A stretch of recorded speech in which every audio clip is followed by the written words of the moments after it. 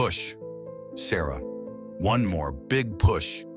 Doctor, Martinez called out from between Sarah's legs. Sarah Williams gripped the hospital bed rails. Her knuckles white as another contraction tore through her body. At 38, this was supposed to be her miracle baby after 15 years of trying. Her whole world had narrowed to this moment, the pain, the anticipation, the hope that maybe this time everything would finally be perfect. Where is he? Sarah gasped between breaths. Where's my husband? The delivery room door burst open with such force it slammed against the wall. Richard Williams strode in, his expensive Italian suit wrinkled, his face flushed with anger instead of the excitement Sarah had dreamed of seeing. His Rolex caught the harsh fluorescent lights as he checked the time with obvious irritation. Finally decided to show up, Sarah managed through gritted teeth, trying to hide the hurt in her voice. Don't start with me, Sarah. I was in the middle of closing the Morrison deal when you decided to go into labor. Richard's voice carried that familiar edge of blame that always made Sarah's stomach clench. Couldn't you have waited until Monday? Dr. Martinez looked up sharply from his position. Sir, your wife needs your support right now. She's been in labor for 18 hours. She needs to understand that some things are more important than her timing, Richard snapped, loosening his silk tie as if the very act of being in the delivery room was suffocating him. Sarah felt tears mixing with sweat on her cheeks. This was supposed to be the happiest day of their lives. She had dreamed of this moment through countless failed fertility treatments, 3 devastating miscarriages, and years of Richard's growing coldness. In her fantasies, he would hold her hand, whisper words of encouragement, maybe even cry with joy when their baby finally arrived. The baby's crowning, Dr. Martinez announced, his voice filled with professional excitement. Sarah, give me everything you've got. Your daughter is almost here. Sarah bore down with all her strength, thinking of the tiny life about to enter the world, a life she had already loved fiercely for 9 months, talking to her belly every morning, playing Mozart while she worked in her garden, dreaming of the family they would finally become. It's a girl, Dr. Martinez lifted the crying infant, her tiny fists waving in the air. She's beautiful and healthy, perfect 10 fingers and 10 toes. Sarah reached out her trembling arms, tears streaming down her face. My baby girl, my Emma, the name they had chosen together during one of their rare peaceful moments. Sitting in the nursery, they had painted soft yellow because they wanted to be surprised, but Richard's voice cut through her joy like a blade. A girl. We talked about this. Sarah, I need a son.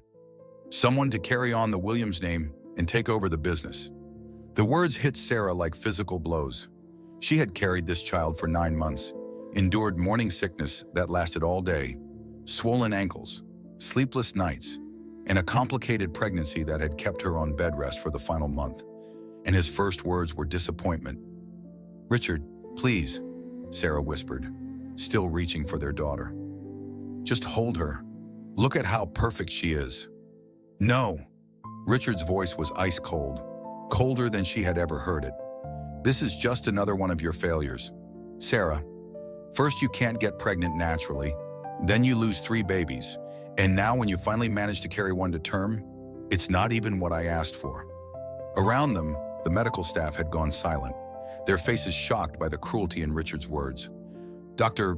Martinez held baby Emma protectively, his dark eyes flashing with something Sarah couldn't quite identify. Mr. Williams, Dr. Martinez said firmly, stepping slightly between Richard and Sarah. Your daughter is perfect and healthy. Your wife just went through 18 hours of labor to bring this beautiful child into the world. Perhaps you might want to, don't tell me about my wife, Richard snarled, his face reddening. And don't tell me about this disappointment. I specifically told Sarah I needed a male heir.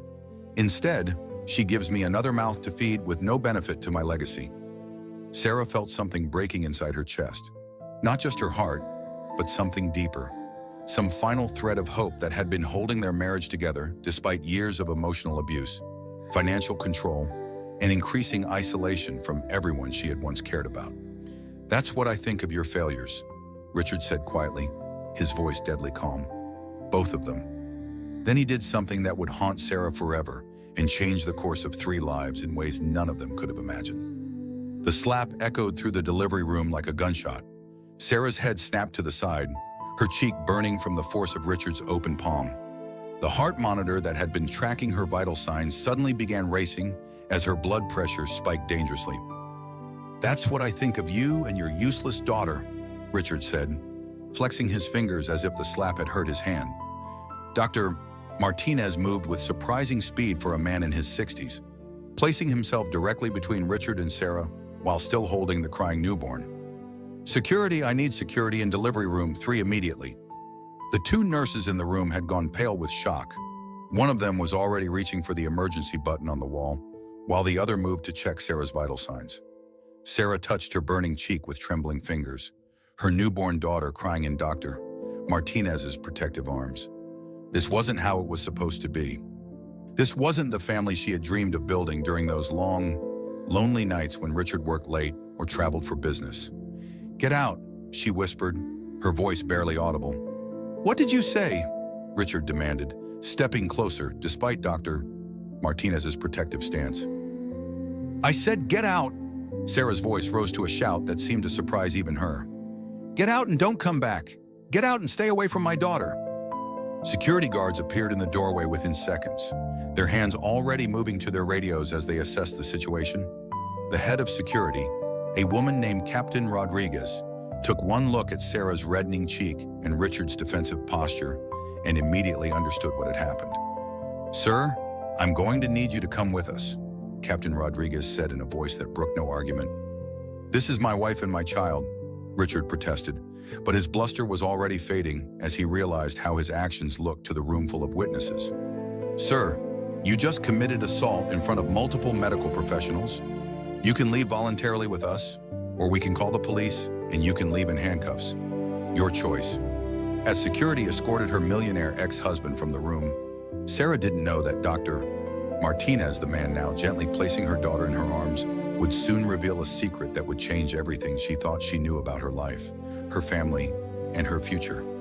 The door closed behind Richard with a soft click, and suddenly the room felt peaceful despite everything that had just happened. Dr. Martinez adjusted baby Emma in Sarah's arms, his hands gentle and sure. "He's gone," Dr. Martinez said softly. "And Sarah, I want you to know something. What just happened here, that was not about you or your beautiful daughter. That was about a small, cruel man who just revealed his true character to a room full of people who will never forget it."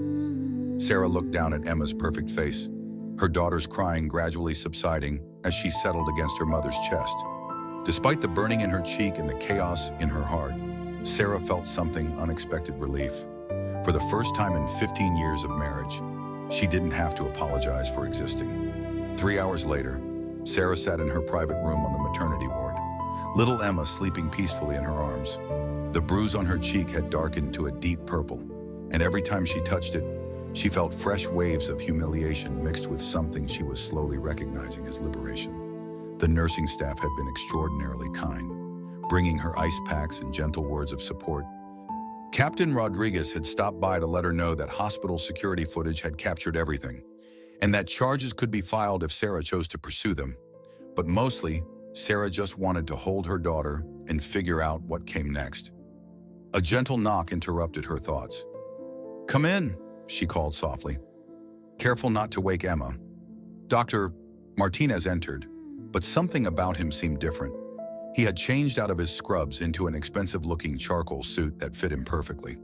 His posture seemed more formal, more commanding, and when he moved, there was an understated confidence that spoke of power and authority. "How are you feeling, Sarah?" His accent seemed less pronounced now, more refined, as if he had been unconsciously code-switching during the delivery. "Like my world just fell apart," she admitted, then quickly added, "Dr.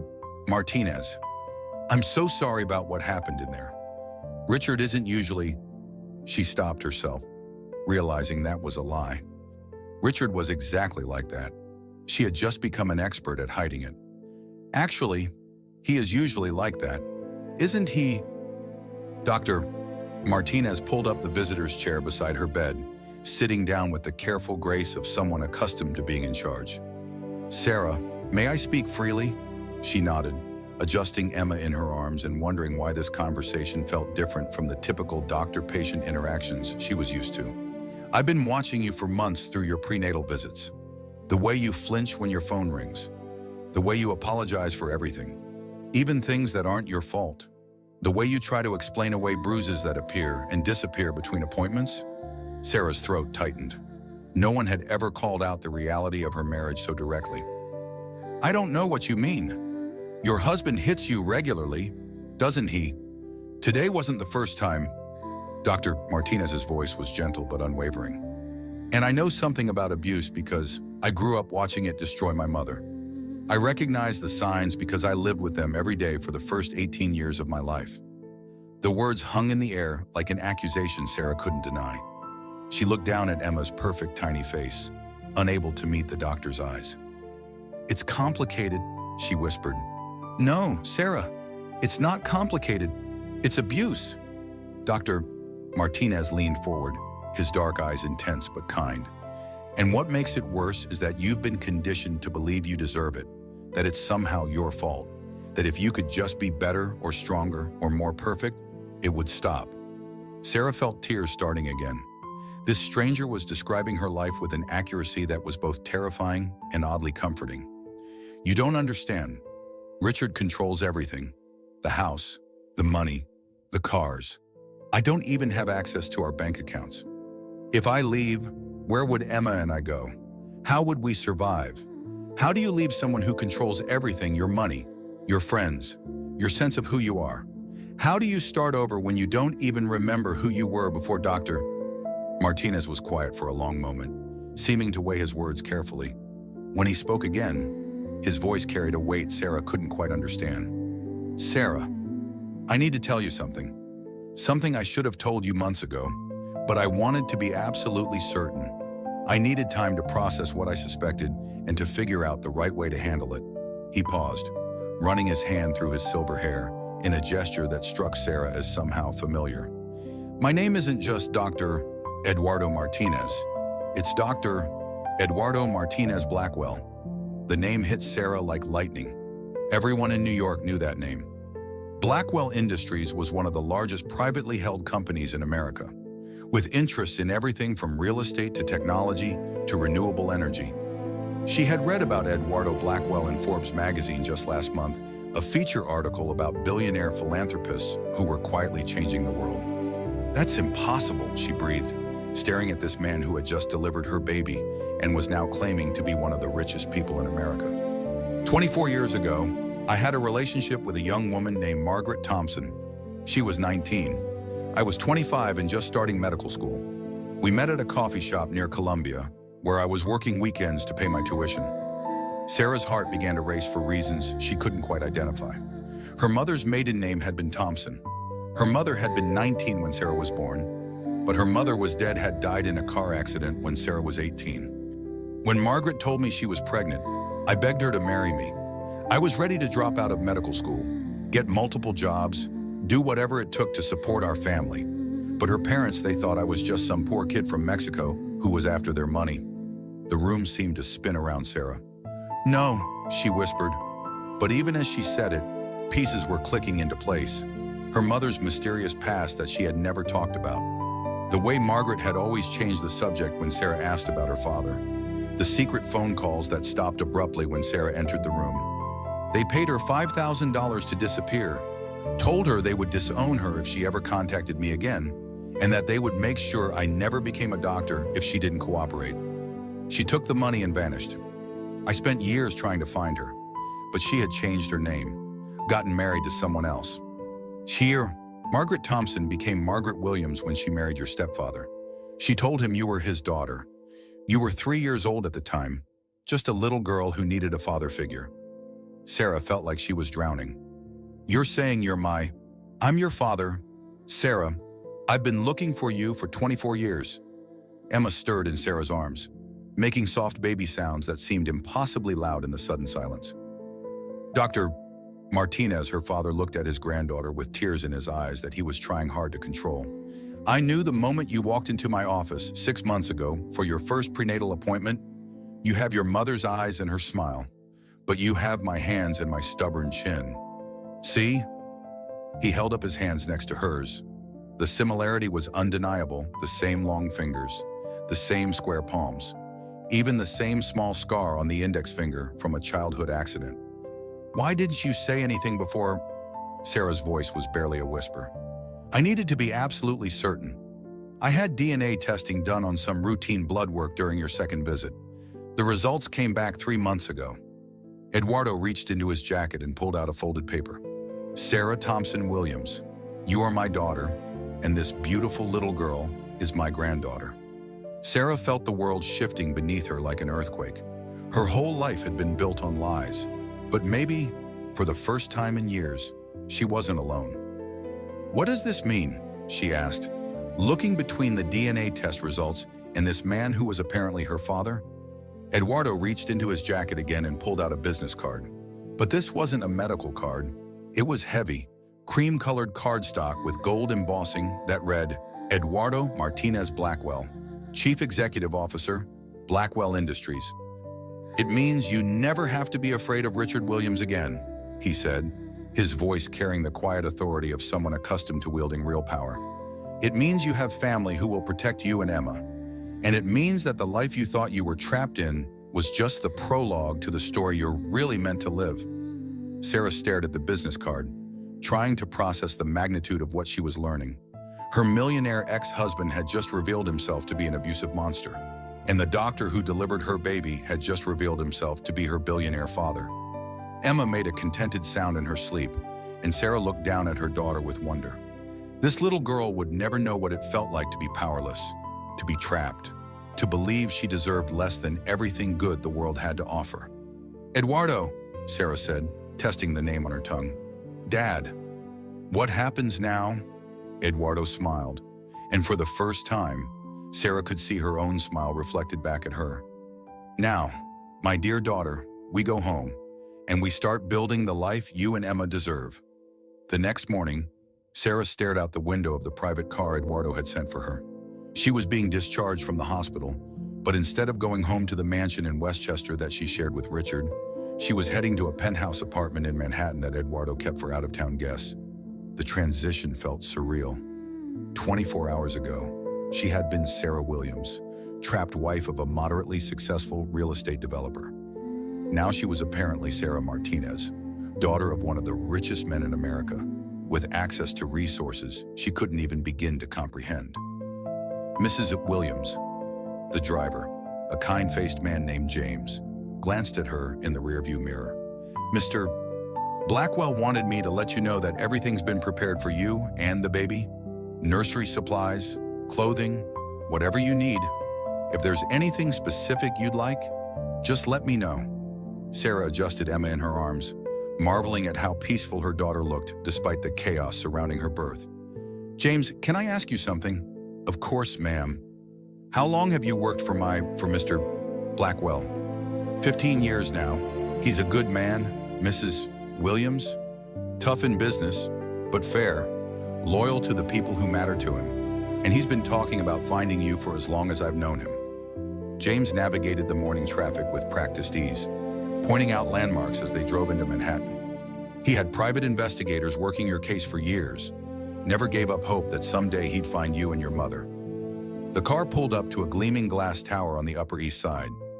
The doorman, apparently expecting them, hurried over to help with Sarah's bags, which weren't many since she had refused to take anything from the house in Westchester except Emma's clothes and a few personal items. Welcome home, Miss Blackwell, the doorman said with a warm smile that made Sarah's heart skip a beat. Miss Blackwell. Sarah had never heard those words before, but they sent a strange thrill through her. Not Mrs.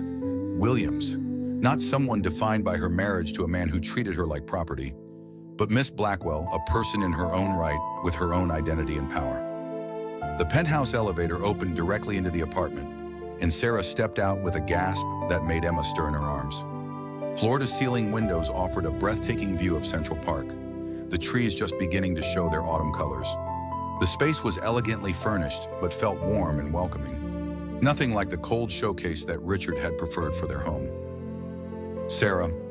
Eduardo appeared from what looked like a home office, his face lighting up at the sight of her and Emma. He was dressed casually in dark jeans and a white button-down shirt, looking more like someone's favorite uncle than one of the most powerful men in America. "How are you feeling? How's my granddaughter?" "We're both fine," Sarah said, though she felt anything but fine. The events of the past day kept hitting her in waves. The violence of Richard's reaction, the revelation about Eduardo's identity, the complete upheaval of everything she thought she knew about her life. "Eduardo, this is all so overwhelming. Yesterday, I didn't even know you existed. And now you're discovering that your life can be completely different than what you thought possible?" Eduardo gently touched Emma's tiny hand with one finger, his expression soft with wonder. "I know it's a lot to process, Sarah, but I need you to understand something fundamental. You don't have to go back to him, ever. You don't have to be afraid anymore." Sarah sank into one of the plush armchairs, Emma cradled against her chest. "It's not that simple, Eduardo. Richard won't just let me go. He's used to getting what he wants, and he doesn't handle rejection well. When I don't come home today, when I don't answer his calls, he's going to escalate." Eduardo's expression hardened slightly. "Richard Williams is worth about $50 million, most of it tied up in real estate and investments that could disappear overnight if the right pressure were applied." He paused, meeting Sarah's eyes directly. "I'm worth $15 billion in liquid assets alone." The numbers were so large Sarah couldn't quite comprehend them. The difference between 50 million and 15 billion was like the difference between a puddle and an ocean. "I'm not trying to intimidate you with money," Eduardo continued, settling into the chair across from her. "I'm trying to show you that you have options now. Real options, the kind of options that come with real power." Sarah's phone, which had been mercifully quiet during the drive from the hospital, suddenly erupted with Richard's ringtone. She looked at the screen and felt her stomach clench with familiar fear, a Pavlovian response developed over years of walking on eggshells. "Don't answer it," Eduardo said quietly, his voice carrying the kind of calm authority that came from never having to raise it to be heard. "But if I don't, he'll just get angrier. And when he gets angry, Sarah, look at me." Eduardo's voice was firm but gentle. "You are not responsible for managing his emotions anymore. You are not responsible for preventing his anger or minimizing his reactions. That's what abusers do. They train you to believe that their feelings are your responsibility, that their violence is something you provoke rather than something they choose." The phone stopped ringing, then immediately started again.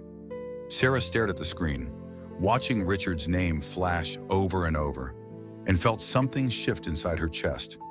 For the first time in 15 years, she didn't feel the automatic compulsion to answer, to apologize, to try to make things better. "He's going to keep calling," Sarah said, but her voice was steadier now. "Then let's make sure he understands the new reality." Eduardo walked to his home office and returned with a cordless phone. "James, please get Michael Harrison on the line." Within minutes, Eduardo was speaking to someone in a tone that was polite, but carried undertones of absolute authority.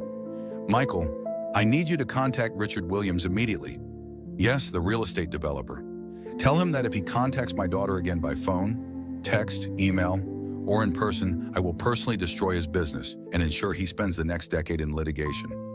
Sarah listened in amazement as her father, the words still felt foreign, but increasingly right, calmly explained that she would be filing for divorce immediately, that any harassment would result in swift legal action, and that Richard would do well to remember that crossing the Blackwell family was a career-ending mistake. "That's right, Michael, my daughter," Eduardo continued.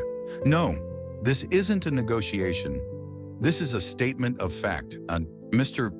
Williams has 48 hours to process this information and adjust his behavior accordingly."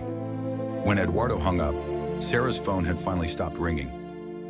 "Is it really that simple?" she asked, feeling like she was watching someone perform magic. "Power usually is simple, Sarah. The complicated part is learning when and how to use it responsibly." Eduardo sat down across from her again. "But there's something else we need to discuss. Something about your future and Emma's future." "What do you mean, Sarah? You're my only child."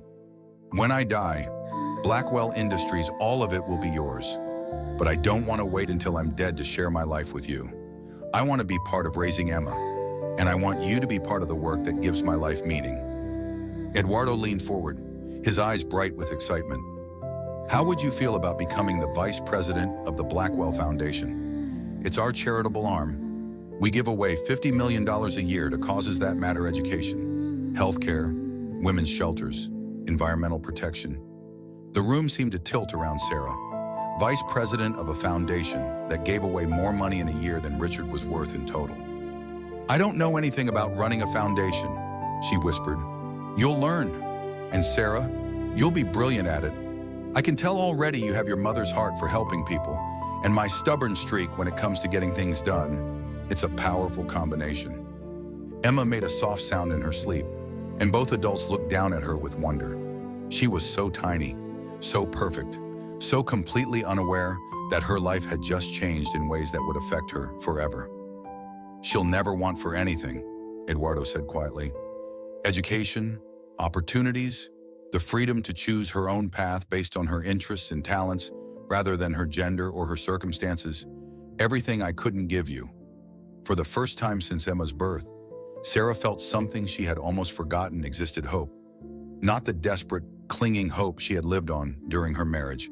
Hope that Richard would change, that things would get better, that maybe this time would be different. This was something bigger and more solid. This was hope backed by power, by resources, by family who chose to love and protect each other. "What happens now?" Sarah asked. Eduardo smiled, and she could see her own determination reflected in his expression. "Now we start building the life you and Emma deserve. And if Richard Williams wants to fight that, he's about to learn what it means to take on the wrong family."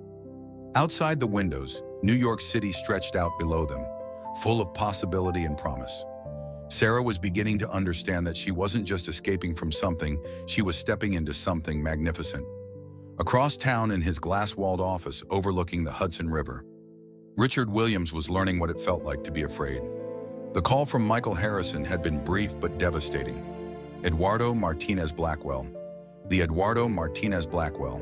And somehow his mousy, controllable wife Sarah was connected to him. Richard had built his $50 million empire by being smarter and more ruthless than everyone else. He had married Sarah precisely because she seemed perfect for his needs, beautiful enough to impress his clients and business partners, educated enough to hold conversations at charity galas, and submissive enough to never challenge his authority or question his decisions. But in the past 24 hours, she had somehow transformed into something he didn't recognize.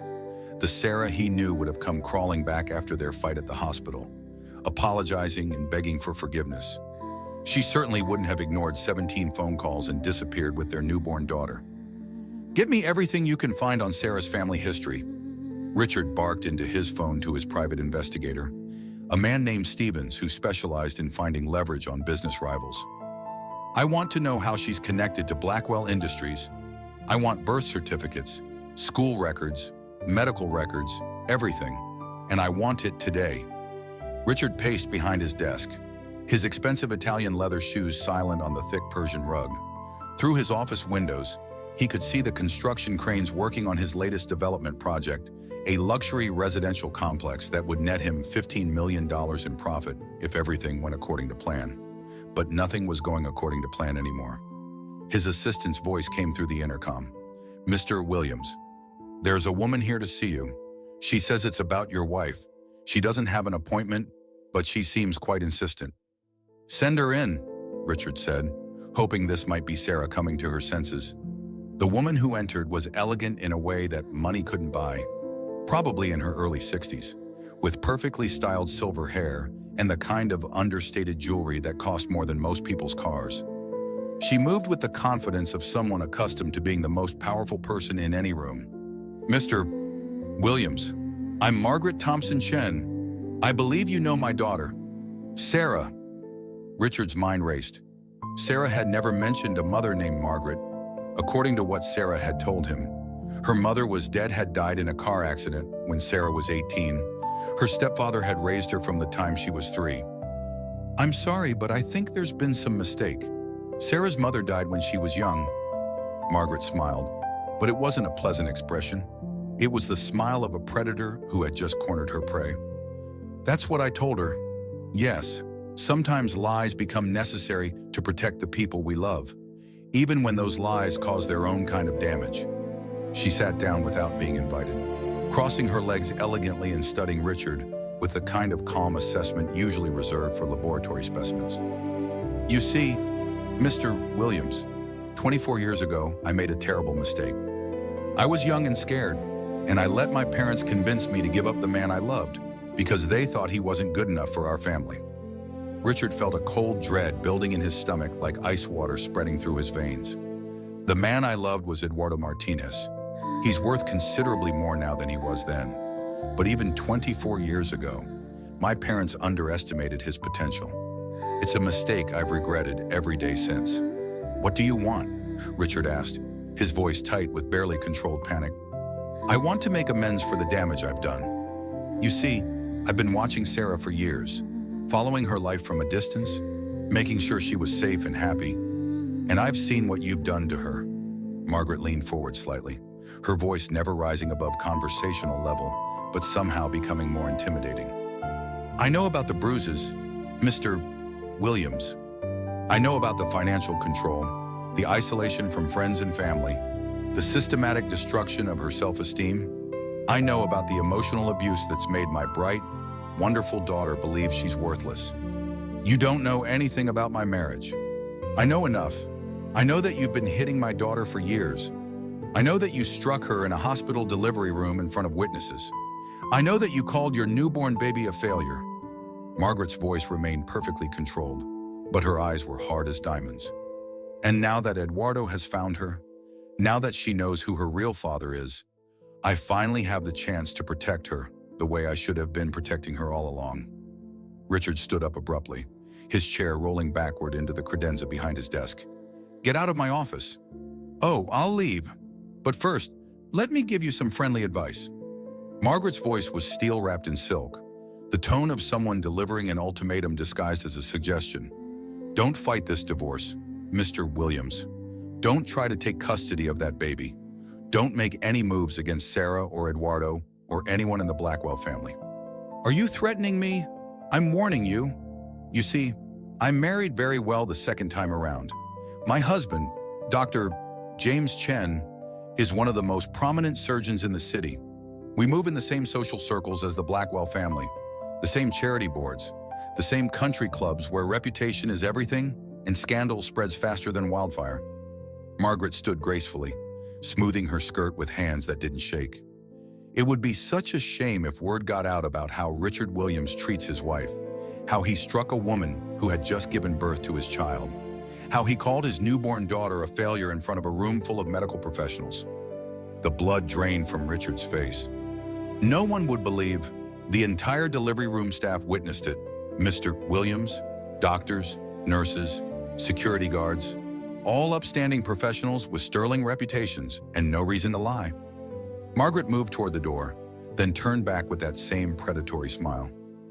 Plus, of course, there's the security footage, high-definition video with excellent audio quality.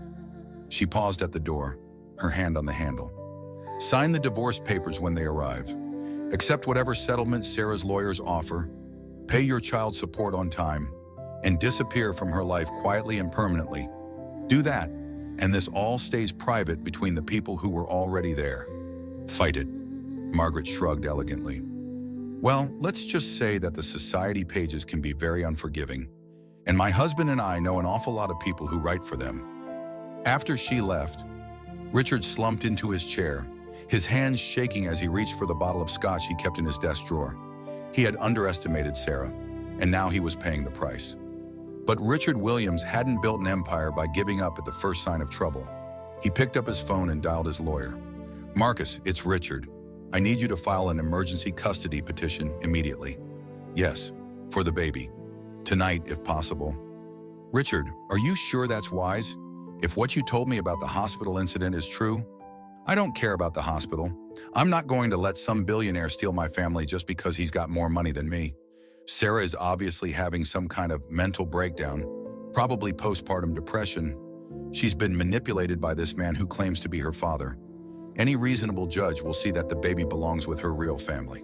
What grounds are you planning to claim? Richard smiled grimly. Mental instability, abandonment of the marital home, kidnapping of a minor child. Take your pick. The point is to get Emma back and force Sarah to come home where she belongs. As he hung up the phone, Richard felt some of his confidence returning.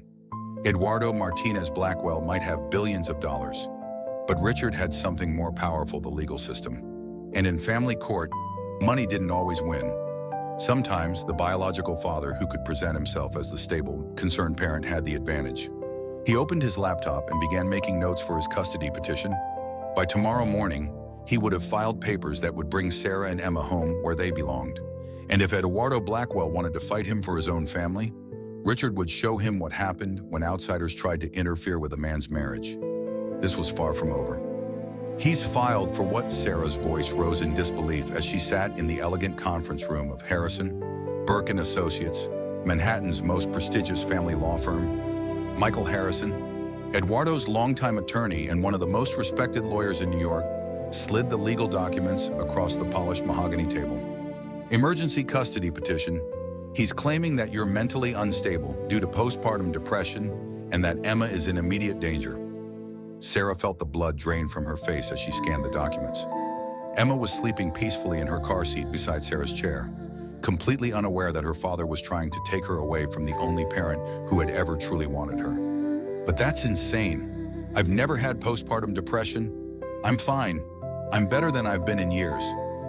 "Richard is also claiming that you've been kidnapped by Eduardo and are being held against your will," Michael continued, his voice grim as he turned through the pages of legal filing.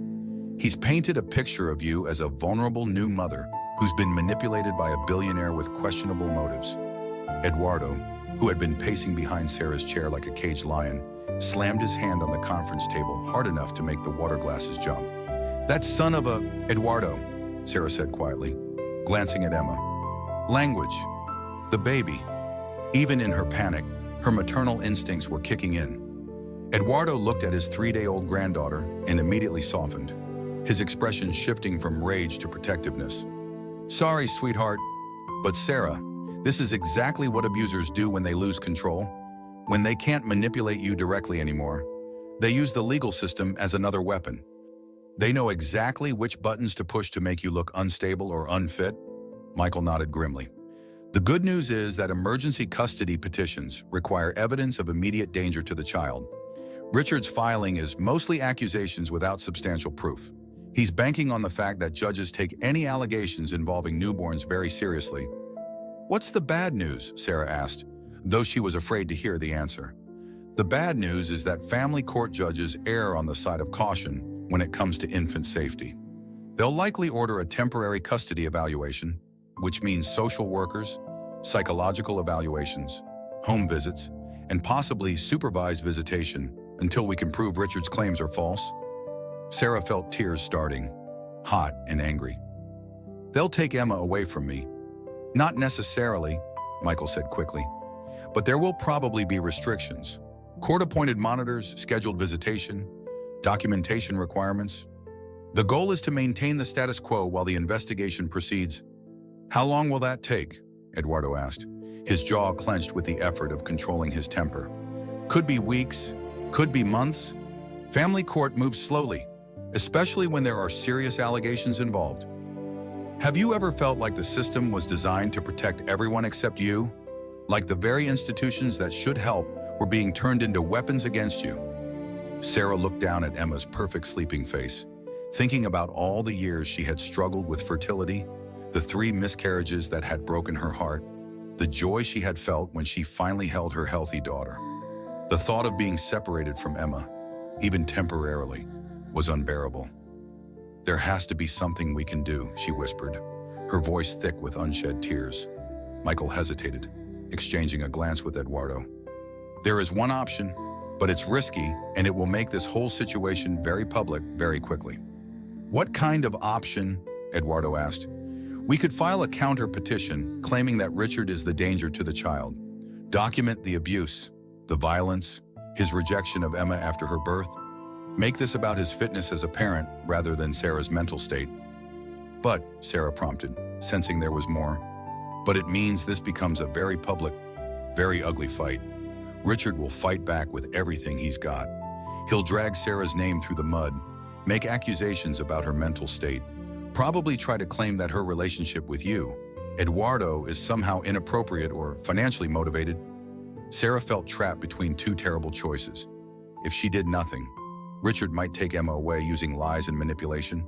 If she fought back, her private life would become public entertainment for strangers who didn't know or care about the truth. What would you do, Michael? If this were your daughter and granddaughter. Michael was quiet for a long moment, considering the question with the seriousness it deserved. I'd fight, but I'd fight smart, and I'd make sure Richard Williams regretted ever crossing the Blackwell family.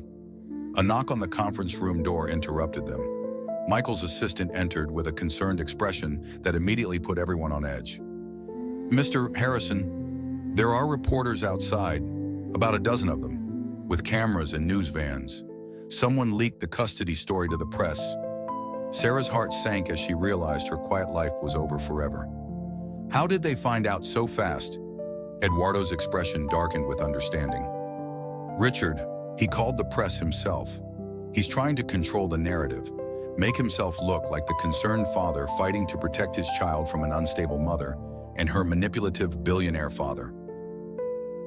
Through the conference room's floor-to-ceiling windows, they could see news vans lining the street below. Reporters were setting up cameras and checking equipment, preparing for what they expected would be a juicy story about wealth, family drama, and custody battles. What do we do now? Sarah asked, feeling overwhelmed by the thought of strangers judging her life based on whatever narrative Richard chose to spin. Michael smiled grimly, and Sarah caught a glimpse of why Eduardo had chosen him as his attorney. Now we show Richard Williams what happens when you pick a fight with the wrong family. Eduardo, do you still have contacts at the Times, several, and at the Post, the Journal, and most of the major television networks? Good, because I think it's time the public heard the real story about Richard Williams and how he treats his wife. If he wants to play this game in public, we're going to make sure the public gets all the facts. Sarah looked between her father and the lawyer, realizing she was watching masters of power at work. These weren't just wealthy men throwing money around, they were strategists who understood how to use information, relationships, and influence to protect the people they cared about. You really think we can win this? She asked. Eduardo came around the table and gently squeezed her shoulder. Sarah, I've been fighting battles longer than you've been alive. I've taken on governments, corporations, and competitors who thought they could intimidate me. Richard Williams is about to learn that money is just the beginning of power. Real power is having the right allies, the right information, and the willingness to use both when someone threatens your family. Emma stirred in her car seat, making soft baby sounds that drew everyone's attention to her innocent face. Sarah reached down to comfort her daughter, stroking her tiny hand with one finger. Don't worry, baby girl, she whispered. Mommy's going to make sure you're safe. We all are. Outside, the reporters were setting up for what they expected to be a standard custody battle between a millionaire and his wife. They had no idea they were about to witness the full power of the Blackwell Empire unleashed in defense of family. The war had begun, but Sarah was no longer fighting alone. Good evening, I'm Diana Walsh with Channel 7 News. Tonight, a shocking story of wealth, power, and family secrets that reads like something out of a soap opera. Sarah sat in Eduardo's penthouse living room, Emma sleeping in her arms, watching her life become public entertainment. On the massive flat-screen television, her wedding photo to Richard appeared alongside headlines that made her stomach churn. Custody battle rocks New York elite, and billionaire claims millionaire's wife as long-lost daughter. Turn it off, Eduardo said from across the room, where he was pacing like a caged animal, his phone buzzing constantly with calls from reporters, business associates, and friends who had seen the news. No, Sarah said quietly, her voice steadier than she felt. I need to see what they're saying about us. I need to know what Emma will read about her family someday. The news report continued with a statement from Richard's lawyer that painted him as the reasonable party. Mr. Williams is deeply concerned about his wife's mental state following the birth of their daughter. Sarah has been manipulated by individuals seeking to exploit her vulnerability during this difficult time. Sarah felt sick watching Richard on screen, looking perfectly respectable in his expensive suit, projecting the image of a concerned father just trying to protect his child. He had always been good at managing his public image, at presenting himself as successful and trustworthy while hiding the cruel reality behind closed doors. Then the reporter's tone shifted in a way that made Sarah sit up straighter. However, Channel 7 News has obtained exclusive hospital records and witness statements that paint a very different picture of the Williams marriage. Sarah looked up sharply at Eduardo, who was now smiling grimly. "You didn't waste any time," she said. "When someone attacks my family, I respond quickly and decisively," Eduardo replied. "Margaret knows people, and those people know other people. The truth has a way of spreading when the right people want it to spread." Hospital security footage from the day of the baby's birth shows Mr. Williams striking his wife in the delivery room just minutes after their daughter was born. The reporter continued. The grainy security video played on screen, and even without sound, the violence was clear and shocking. Richard's hand making contact with Sarah's face, her head snapping to the side, the horrified reactions of the medical staff, Emma stirring against her father's shoulder as if she could sense the tension in the room. Additionally, multiple hospital employees have confirmed that Mr. Williams rejected his newborn daughter, calling her a failure and stating that he needed a son to carry on his legacy. Sarah watched Richard's carefully crafted image crumble in real time. The phone in the penthouse started ringing immediately, and Eduardo moved to answer it. "Don't take any media calls," he advised Sarah. "Michael's office is handling all press inquiries. We want to control the message." But the caller ID showed it was Margaret, and Eduardo accepted the call, putting it on speaker so Sarah could hear. "Sarah, honey, are you watching the news?" Margaret's voice carried a mixture of satisfaction and concern. "Yes, Mom," Sarah said, the words still feeling strange but increasingly natural. "Did you really give them the hospital footage?" Margaret's laugh was musical but had an edge to it. "Darling, I've been friends with Diana Walsh for 20 years. We serve on 3 charity boards together. Our husbands play golf at the same club, and we've supported each other through divorces, deaths, and various scandals. When she called asking about the custody story, I simply made sure she had all the facts." Eduardo took the phone off speaker. "Margaret, you're brilliant, but is Sarah ready for what comes next because Richard isn't going to take this quietly?" "You're right," Margaret said, and Sarah could hear the worry creeping into her voice. "Richard's going to be furious, humiliated. Men like him don't handle public embarrassment well, especially when it threatens their business reputation." As if summoned by their conversation, Sarah's personal phone began buzzing with a call from Richard. She stared at the screen, paralyzed by years of conditioning that told her to answer when he called, no matter what. "Answer it," Eduardo said firmly, "but put it on speaker. I want to hear what he has to say, and I want witnesses to whatever threats he makes." Sarah's hand trembled as she accepted the call and activated the speaker function. "You think you're clever?" Richard's voice was pure venom, loaded with rage and humiliation. "You think your billionaire daddy can protect you from the consequences of what you've done?" "Richard, please," Sarah began, but he cut her off immediately. "Shut up, just shut up and listen to me for once in your pathetic life. You've embarrassed me in front of the entire city, made me look like some kind of monster on television." "You are a monster," Sarah said, surprising herself with the steadiness in her voice. "You hit me, Richard, in front of doctors and nurses. You called our baby a failure. She is a failure just like her mother. 15 years I wasted on you. And what do I have to show for it? A wife who can't give me a son and runs away the first time things get difficult?" Eduardo stepped closer to the phone, his presence giving Sarah strength she didn't know she possessed. "And now you're going to pay for this betrayal," Richard continued, his voice escalating to near shouting. "Both of you. I'm going to drag this custody fight out for years. I'm going to make sure every detail of your pathetic life becomes public knowledge. I'm going to destroy your reputation and your precious foundation. I'm going to..." "Richard," Eduardo's voice cut through the rant like ice, quiet but carrying absolute authority. "This is Eduardo Martinez Blackwell." The line went completely silent except for the sound of Richard's heavy breathing. "I'm going to give you one chance to end this quietly and walk away with some dignity intact." Eduardo continued in that same calm, deadly tone. "Drop the custody petition, agree to a reasonable divorce settlement, stay away from my daughter and granddaughter. Do that, and you can rebuild your life and your business without interference. Go to hell, Richard snarled, but there was less conviction in his voice now. Wrong answer. Eduardo's voice remained perfectly calm, which somehow made it more frightening. You see, Richard, I've spent the last few hours making some phone calls to the bank that holds your primary construction loan, to the city planning commission that's reviewing your Harbor Point development project, to the investors in your pension fund syndication. Sarah could hear Richard's breathing getting heavier and more agitated. You have 24 hours to withdraw your legal filings and accept the divorce terms my lawyers will send you. If you don't, I will systematically dismantle everything you've built, your business, your reputation, your financial future, all of it. You can't do that. There are laws. I'm not talking about doing anything illegal.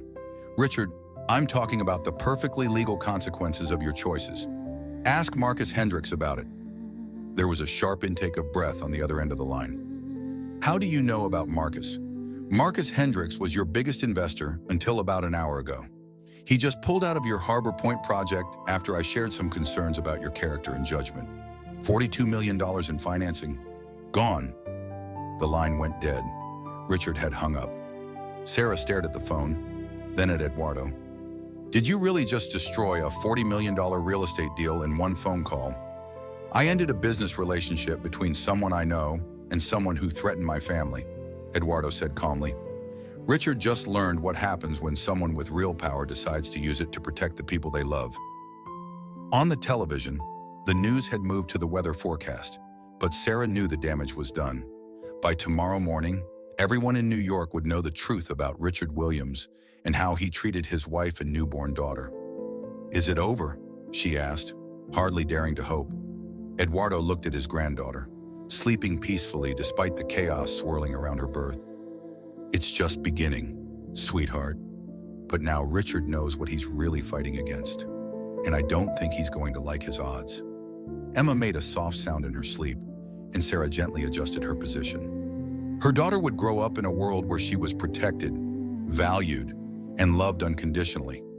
That was worth any amount of public scrutiny or media attention. The storm was far from over, but for the first time since this nightmare began, Sarah felt like she was on the winning side.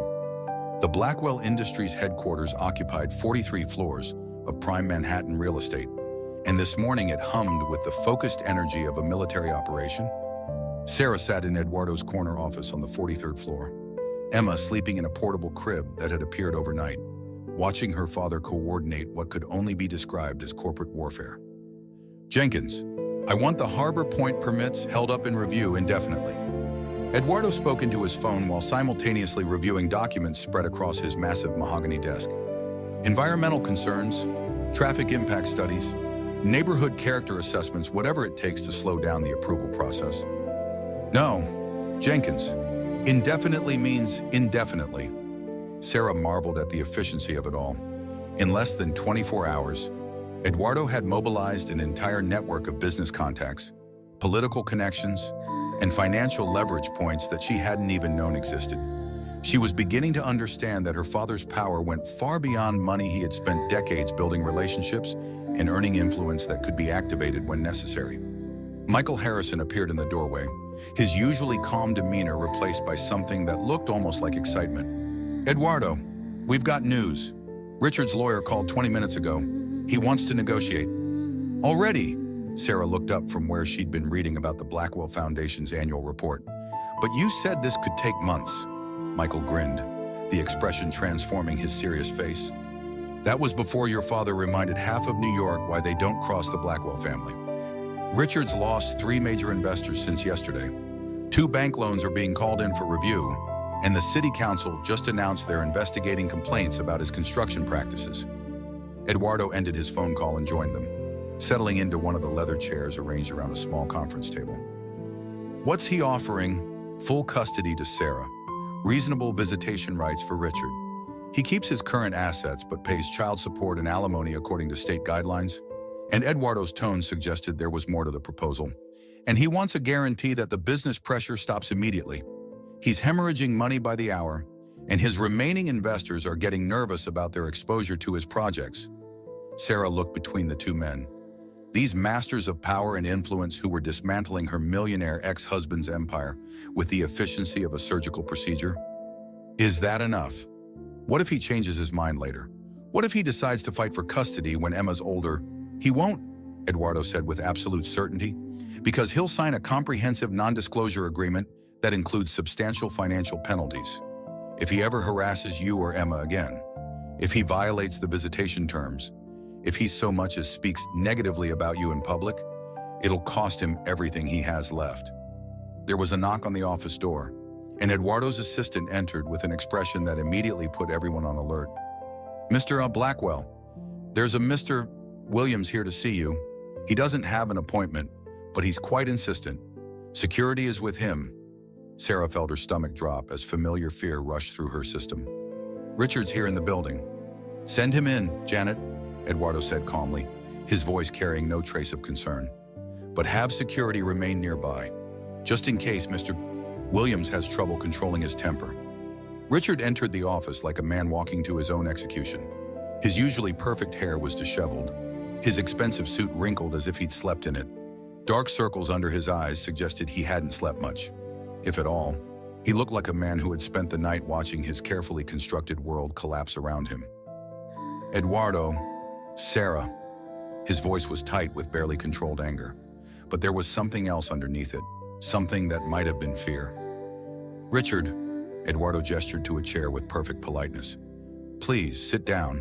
We have a lot to discuss, and I'm sure you're anxious to resolve this situation quickly. I'm not here to negotiate. I'm here to tell you both that you've made a terrible mistake. Richard remained standing, his hands clenched into fists at his sides. Sarah instinctively moved closer to Emma's crib, her protective instincts kicking in even though she knew security was just outside the door.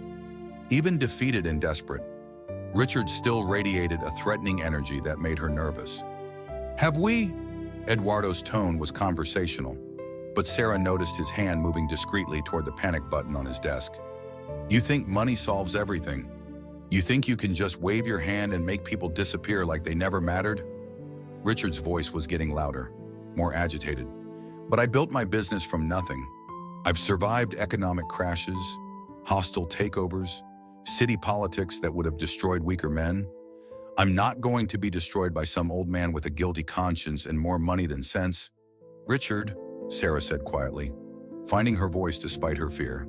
Just sign the papers. Take the deal. It's generous, and it lets you keep your dignity. Generous? Richard laughed, but there was no humor in it, only bitterness and rage. Sarah, you have no idea what you've unleashed. This man isn't your father. He's a predator who's using you to feel better about abandoning your mother 24 years ago. Eduardo stood up slowly, his movements careful and controlled. I think you should leave now. Richard, before you say something, you'll regret even more than what you've already said. Oh, I'm leaving, but not before I tell you both some hard truths that neither of you wants to hear. Richard turned to Sarah, his eyes filled with the kind of malicious satisfaction he got from hurting people.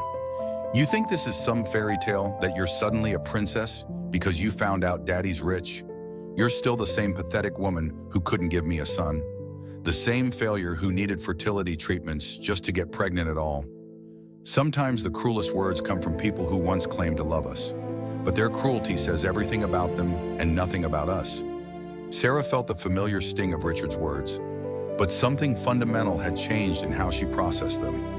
Instead of the crushing shame she usually felt, she found herself thinking clearly about what he was really doing, trying to hurt her because he was losing control and didn't know any other way to respond. You're right about one thing, Richard, she said, standing up and moving to Eduardo's side. I am the same woman who struggled with fertility, the same woman who wanted a family so desperately that I stayed with a man who hit me and called me worthless. But you know what else I am? Richard glared at her, clearly not expecting her to fight back. I'm the woman who survived 18 hours of labor to bring our daughter into the world while you were making business deals. I'm the woman who loved you for 15 years despite your cruelty and abuse. I'm the woman who's strong enough to walk away from you and build a better life for Emma. Sarah moved closer to Eduardo, drawing strength from his presence. And yes, I'm Eduardo Martinez Blackwell's daughter, which means Emma is his granddaughter, which means she'll grow up knowing she's loved, valued, and powerful enough to choose her own path in life.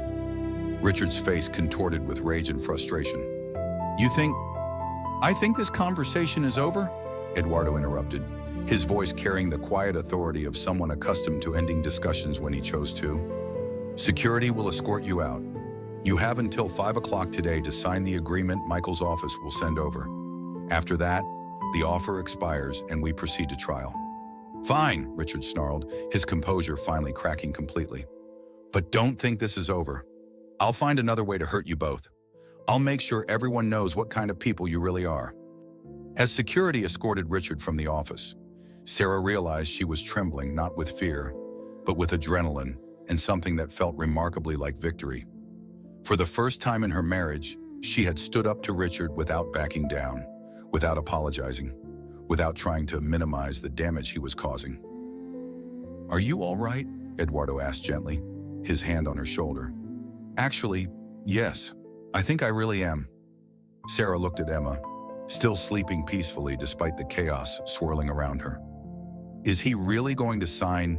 Michael, who had remained diplomatically quiet throughout the confrontation, smiled with professional satisfaction. "Oh, he'll sign. His lawyer called again while he was up here making threats. 3 more investors just pulled out of his projects, and his primary lender is calling in their loan. Richard Williams is about 12 hours away from bankruptcy."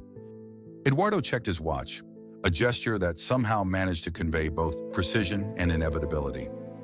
"In that case, I think it's time you met the rest of the Blackwell Foundation board. You start your new job on Monday, but Emma's only 4 days old. The foundation offices are on the 20th floor of this building. We have a full daycare facility, private nursing rooms, flexible scheduling, whatever you need to be both a mother and a professional. Emma can come to work with you every day if you want." Sarah looked around the office at the view of Central Park stretching out below them, at the family photos Eduardo had already placed on his desk, including one of her and Emma from the hospital, at the oil portrait of his late wife that hung behind his chair with a small brass plaque reading, "Maria Elena Martinez Blackwell, 1960-2019, beloved wife and partner." For the first time since Emma's birth, she felt like she was exactly where she belonged. "What will I be doing at the foundation?" she asked. "Changing lives," Eduardo said simply, "starting with your own." At exactly 4:57 p.m., Richard Williams walked into the conference room at Harrison, Burke and Associates, looking like a man attending his own funeral. His lawyer, Marcus Gold, followed behind carrying a thick folder of documents and wearing the resigned expression of someone who had spent the day explaining to his client why surrender was the only viable option. Sarah sat at the far end of the polished conference table with Emma sleeping in her arms, Eduardo on one side and Michael Harrison on the other. The contrast between the two sides of the table was stark.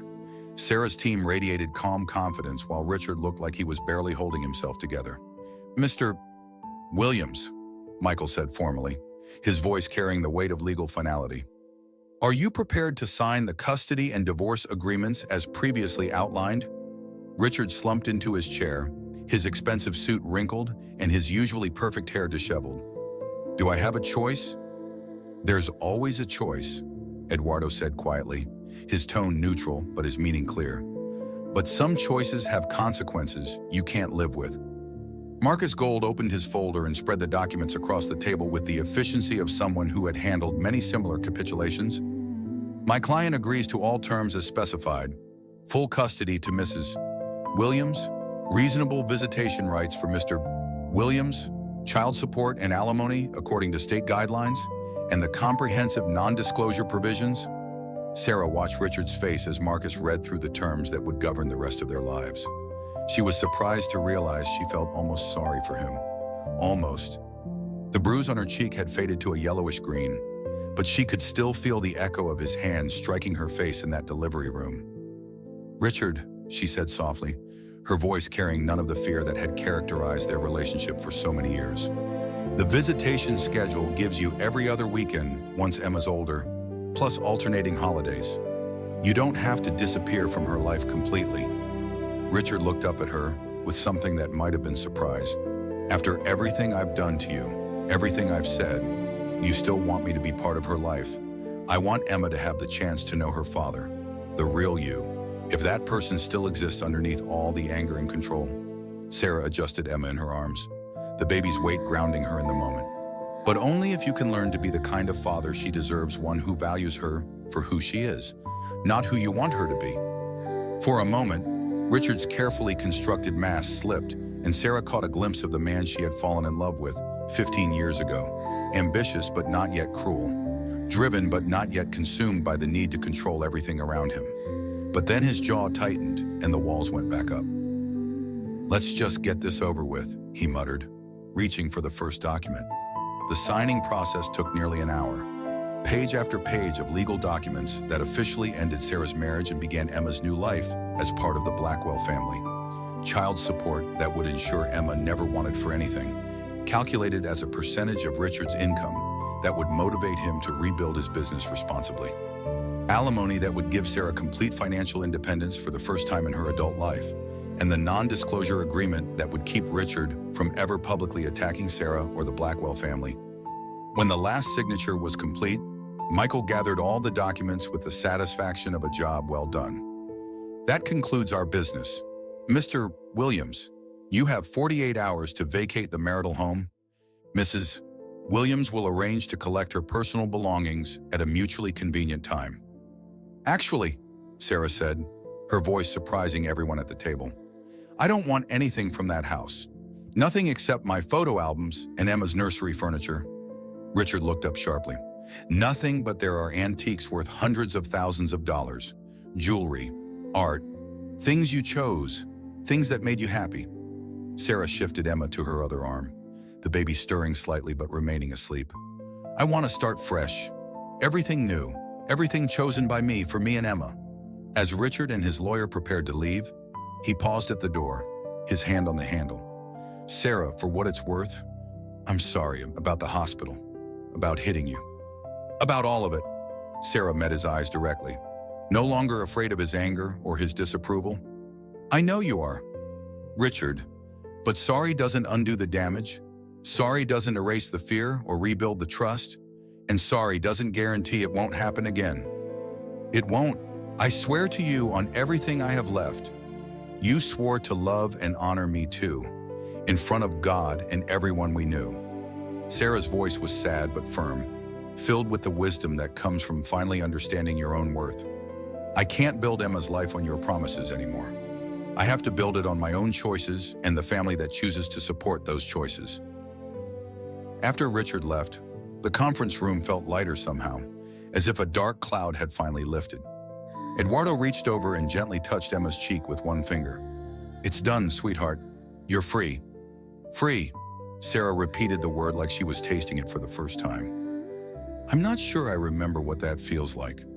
Amerton Michael smiled, gathering the signed documents into a neat stack. "You'll learn, and you'll have plenty of help along the way." Eduardo pulled out another folder from his briefcase. "Speaking of which, there's one more document to sign today if you're ready." Sarah looked at him questioningly. "Your employment contract with the Blackwell Foundation. Starting salary is $300,000 per year, plus full benefits, plus a discretionary bonus based on foundation performance and your personal contributions to our mission." Sarah's eyes widened as she tried to process the number. 300,000. But I've never worked in philanthropy. I've never even had a real job outside the home.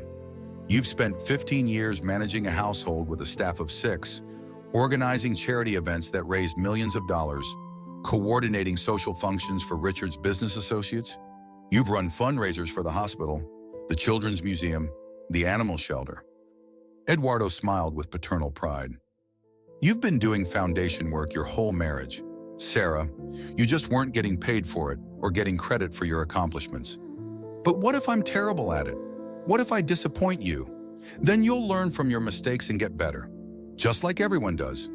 But Sarah, I've watched you organize events that raised hundreds of thousands of dollars for charity. I've seen how you connect with people, how you make them feel heard and valued and inspired to contribute to something bigger than themselves. That's not something you can teach in business school. It's something you're born with." Emma stirred in Sarah's arms, opening her eyes for the first time since the meeting began.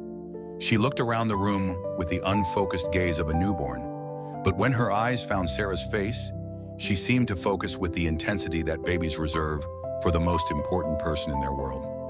"Hi, baby girl," Sarah whispered, her voice filled with wonder and love. "Mommy just signed some very important papers. Papers that mean you're going to grow up safe and loved and free to be whoever you want to be."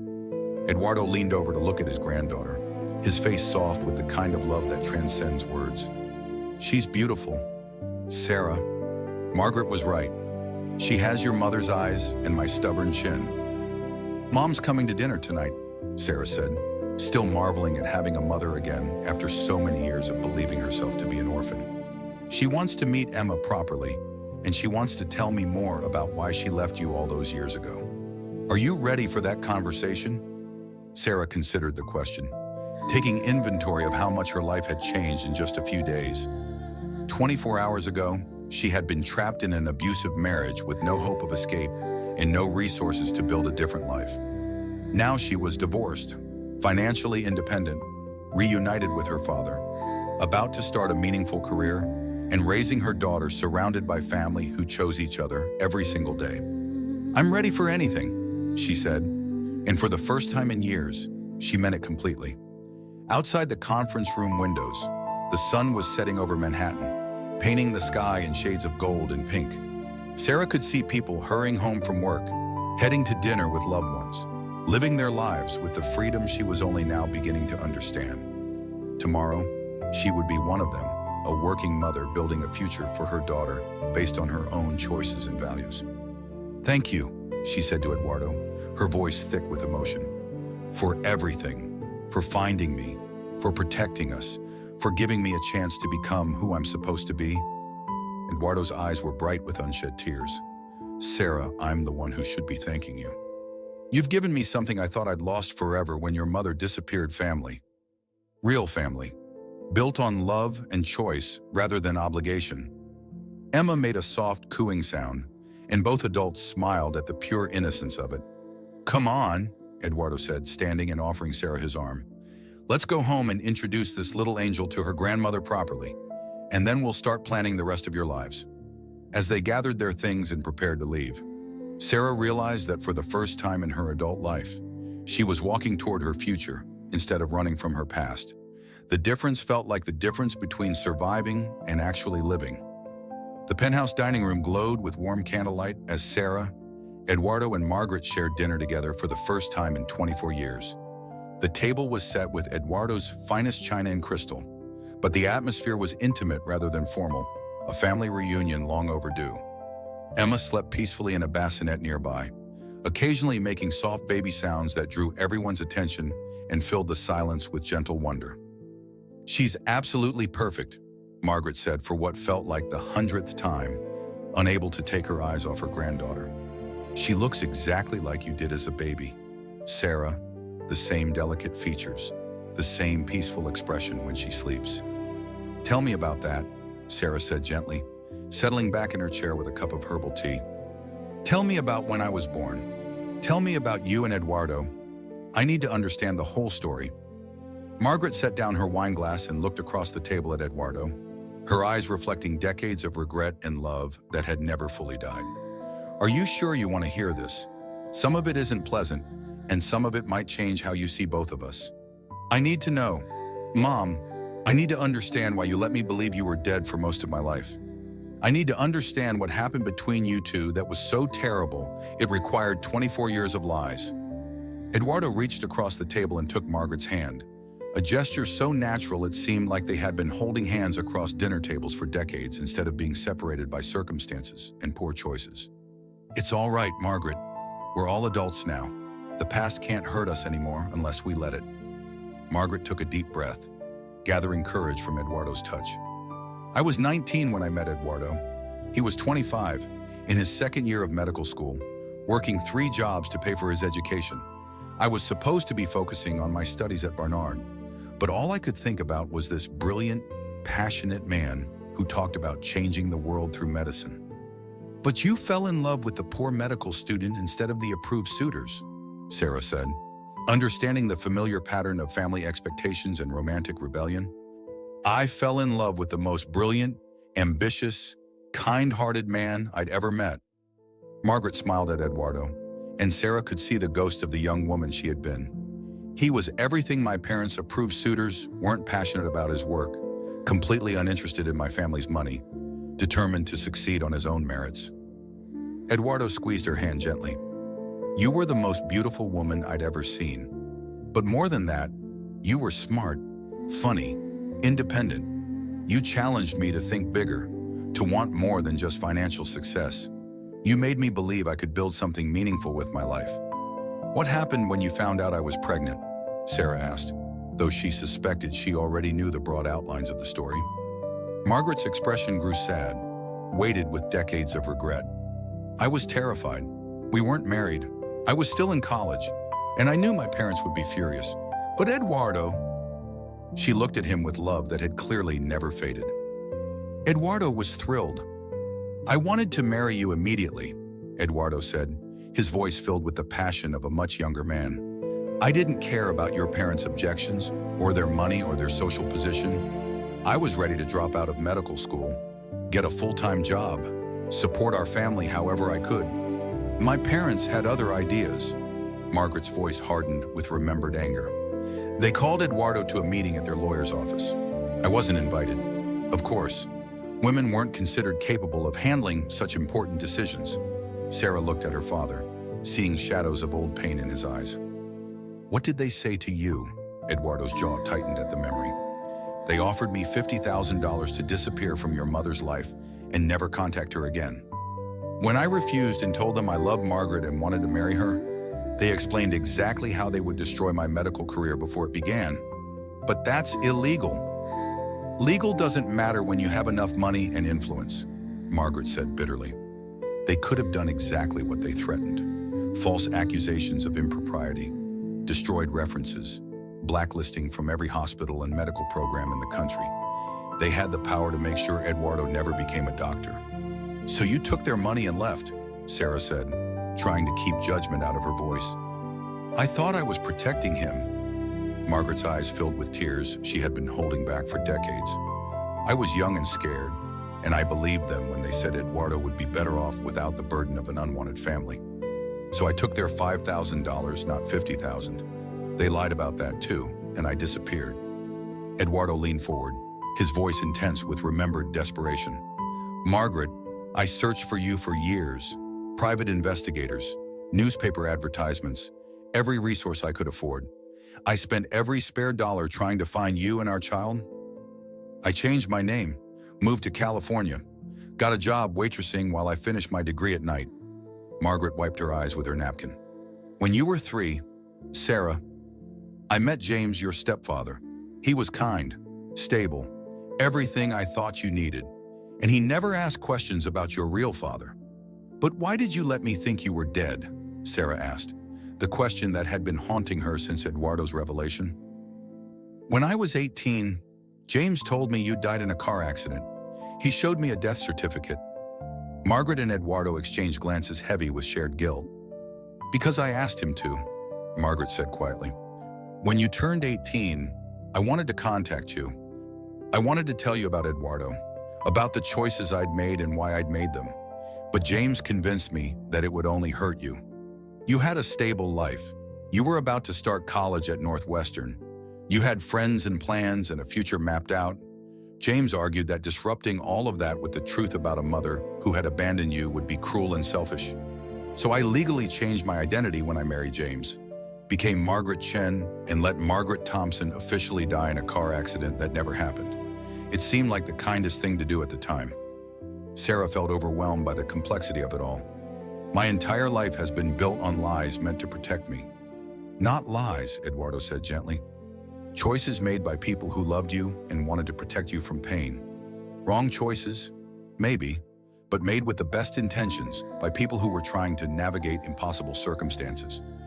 Emma stirred in her bassinet, and Sarah automatically reached over to soothe her. The simple act of comforting her daughter, grounding her in the present moment. Whatever mistakes had been made in the past, Emma would grow up knowing the truth about her family. I understand why you made the choices you did, Sarah said slowly, her voice stronger than she felt. But I need you both to promise me something.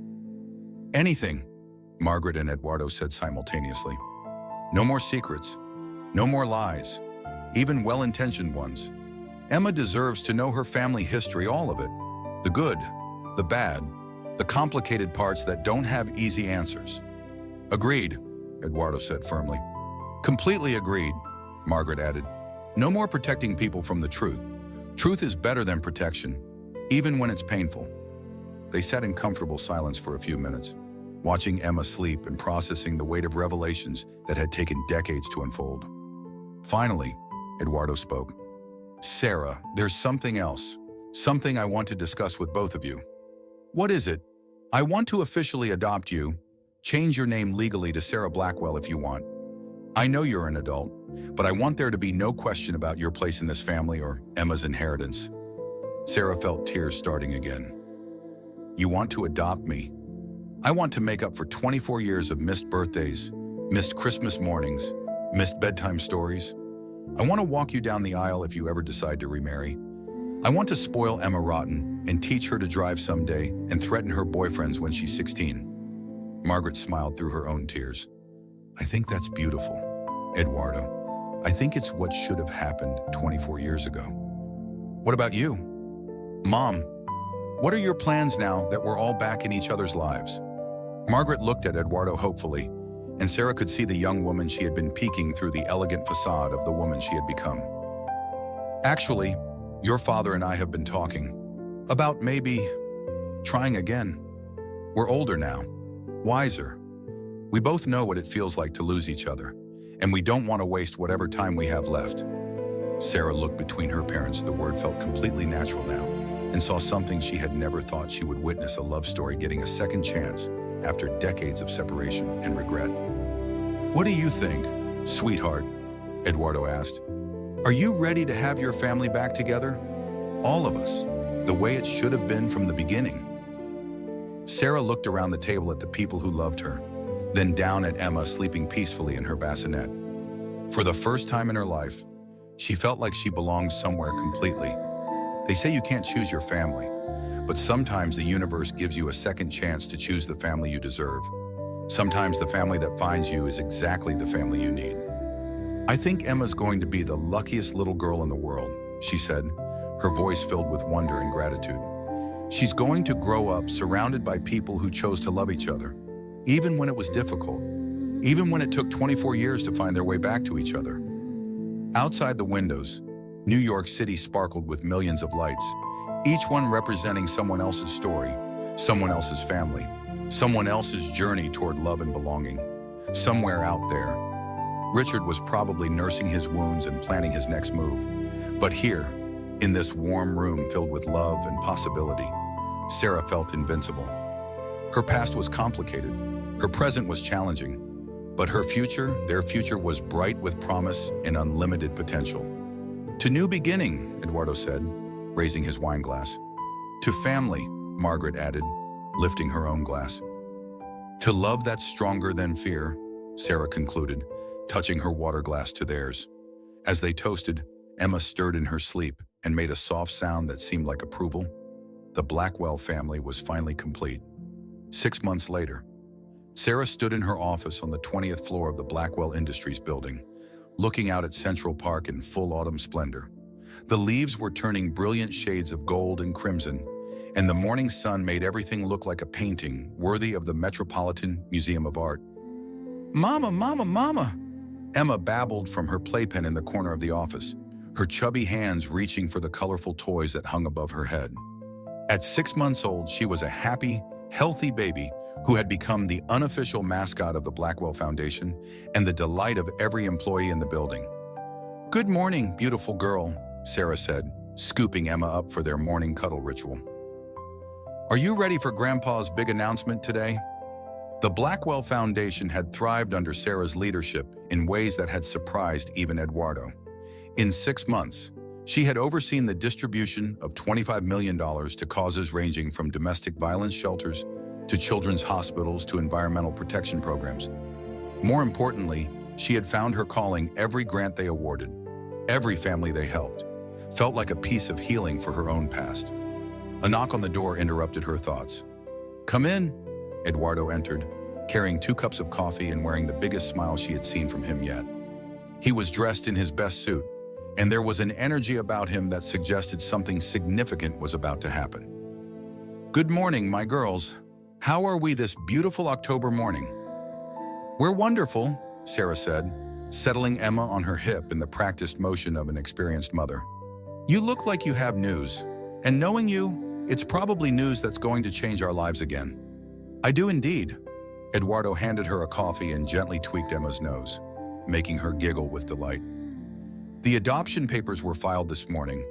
As of today, you are officially Sarah Margaret Blackwell. And Emma Martinez Blackwell. I wanted her to carry a piece of her heritage from both sides of the family, her Mexican roots and her new future." Sarah felt tears of joy starting. After everything they had been through, after all the legal complications and media attention, it was still hard to believe that the transformation of her life was real and permanent. "It's really official. I'm really your daughter in the eyes of the law. You've always been my daughter, sweetheart. Now the law agrees, and no one can ever question your place in this family again." Through the office windows, Sarah could see reporters gathering in the plaza below. Today was the day Eduardo would announce his engagement to Margaret and officially introduce Sarah as his daughter and heir to the Blackwell empire. The media attention had been intense since the custody battle 6 months ago, but Eduardo's public relations team had managed it brilliantly. "Are you ready for this?" Eduardo asked, following her gaze to the crowd of cameras and reporters. "Once we make the announcement, there will be no going back to your quiet life. You'll be one of the most recognizable women in New York." Sarah considered the question seriously. 6 months ago, she had been a frightened, isolated woman trapped in an abusive marriage with no resources and no hope of escape. Now she was running a multi-million-dollar foundation, had been featured on the cover of Forbes magazine as the philanthropist to watch, and was about to become one of the most powerful women in America. "I'm ready," she said with confidence that surprised even her. "But first, tell me about Richard. How is he handling all of this? Is he staying within the boundaries of the custody agreement?" Eduardo's expression darkened slightly. "He's been compliant. He sees Emma every other weekend as scheduled. Supervised visits only until she's older and can communicate if there are any problems. He's been civil during the exchanges. But he's struggling financially. Lost most of his major investors after the media coverage. Had to sell the Westchester house and downsize his operations significantly. He's living in a modest apartment in Queens now and working on smaller projects." Sarah felt a complicated mix of emotions. She didn't miss Richard or regret leaving him, but she took no pleasure in his downfall either. Will he be okay? Will he be able to rebuild eventually? Marcus Gold thinks he'll recover, probably on a smaller scale than before. He's a survivor, Sarah, and he's learned some hard lessons about consequences. He'll find a way to land on his feet, and maybe he'll become a better person in the process. Emma started fussing, and Sarah automatically began the gentle bouncing motion that always calmed her daughter. "Sometimes I wonder if I was too harsh, if I destroyed his life unnecessarily. The divorce settlement was generous, but the business consequences..." Eduardo took Emma from her arms, and the baby immediately settled against his shoulder. He had a natural way with children that made Sarah's heart ache for all the years they had missed together. "Sarah, let me tell you something I've learned in 62 years of life, most of it in business where consequences matter. You are not responsible for the consequences of other people's choices, but if you hadn't left, Emma would be growing up in a house where violence was normal, where love was conditional, where women were treated as property to be controlled rather than people to be respected." Eduardo's voice was firm but gentle. "You didn't destroy Richard's life, sweetheart. You saved your own, and Emma's, and possibly even his, if he's smart enough to learn from what happened." A soft knock interrupted them. Margaret peered around the door, looking radiant in a cream-colored suit that made her silver hair glow like spun platinum. The engagement ring on her finger caught the morning light and sparkled like a promise fulfilled. "Are my favorite people ready for the press conference?" "As ready as we'll ever be," Sarah said, straightening her own outfit, a navy blue dress that struck the perfect balance between professional authority and maternal warmth. "Sarah," Margaret said, moving to embrace her daughter, "I want you to know how proud I am of you. Not just for surviving what you went through with Richard, but for thriving, for building something beautiful and meaningful from the ashes of your old life. I had good teachers, Sarah replied, looking between her parents with gratitude that felt too large for words. I had people who showed me what real love looks like, what healthy relationships feel like, what it means to be valued for who you are rather than what you can provide. The 3 adults and 1 baby made their way to the elevator that would take them to the press conference. As they descended through the floors of the building that now represented Sarah's future, she thought about the journey that had brought them all to this moment. The elevator doors opened to reveal a room full of reporters, cameras, and bright lights. Sarah took a deep breath, lifted her chin with the confidence she had learned from her father, and stepped into her new life as a public figure. "Ladies and gentlemen," Eduardo began, his voice carrying the authority of someone accustomed to commanding attention, "I'd like you to meet my daughter, Sarah Blackwell, and my granddaughter, Emma. They are the future of the Blackwell family and the Blackwell Foundation." As the cameras flashed and the questions began, Sarah felt Emma's tiny hand grab her finger. She looked down at her daughter's perfect face and made a silent promise that would guide every decision she made for the rest of her life. Emma would grow up knowing she was loved unconditionally. She would never doubt her worth, never accept less than she deserved, never be afraid to use her voice or stand up for herself. She would grow up strong, confident, and surrounded by family who chose each other every single day. The press conference lasted an hour, but Sarah barely noticed the time passing. She answered questions about the foundation's work, about her unexpected reunion with Eduardo, about her plans for expanding their charitable efforts. She spoke with confidence and grace, every inch the philanthropist and heiress she had become. When it was over, the family retreated to Eduardo's office for a moment of quiet celebration and reflection. "That went perfectly," Margaret said, settling into a chair with Emma on her lap. "You were magnificent, Sarah, natural and authoritative, and completely comfortable in your own skin." "I felt magnificent," Sarah admitted, still marveling at the transformation. "6 months ago, I could barely order coffee without apologizing for taking up the barista's time. Today I announced a $50 million initiative to support domestic violence survivors and their children." Eduardo opened a bottle of champagne that had been waiting in his office refrigerator. "To new beginnings," he said, raising his glass in a toast. "To family," Margaret added, lifting her own glass. "To love that's stronger than fear," Sarah concluded, touching her water glass to theirs. As they clinked glasses, Emma clapped her tiny hands together, making them all laugh with pure joy. The sound echoed through the office like a benediction. Through the windows, New York City stretched out below them, full of possibility and promise. Sarah had found her place in the world, her purpose, her family. She had found herself.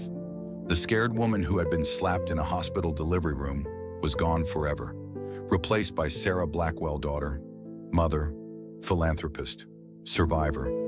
A woman who had learned that sometimes the worst thing that happens to you can lead to the best thing that ever happens to you. Outside, autumn was painting the world in brilliant colors, and inside, a family that had been broken was finally whole again. The future had never looked brighter, and Sarah knew that whatever challenges lay ahead, they would face them together. The millionaire ex-husband who had tried to control her was just a chapter in her story now, not the author of her destiny. The divorce settlement had given her financial independence, but more importantly, she had discovered her own strength, her own worth, her own power to create the life she wanted. Women supporting women, she thought, remembering all the people who had helped her along the way, the nurses in the delivery room, Margaret's strategic use of her social connections, the female reporters who had told her story with compassion and accuracy. As Emma fell asleep in Margaret's arms and Eduardo began planning their next charitable initiative, Sarah realized that her midlife transformation was complete. She had not just escaped from an abusive marriage, she had stepped into her destiny as a powerful woman capable of changing the world. The Blackwell legacy would continue through Emma, but it would be shaped by Sarah's values of compassion, justice, and the fierce protection of those who couldn't protect themselves. It was a legacy worth building, a future worth fighting for, and a life worth living with complete authenticity and joy. The scared girl who had once believed she deserved nothing had become a woman who knew she deserved everything: love, respect, purpose, and the freedom to choose her own path. and she would make sure Emma grew up knowing the same truth about her own unlimited potential.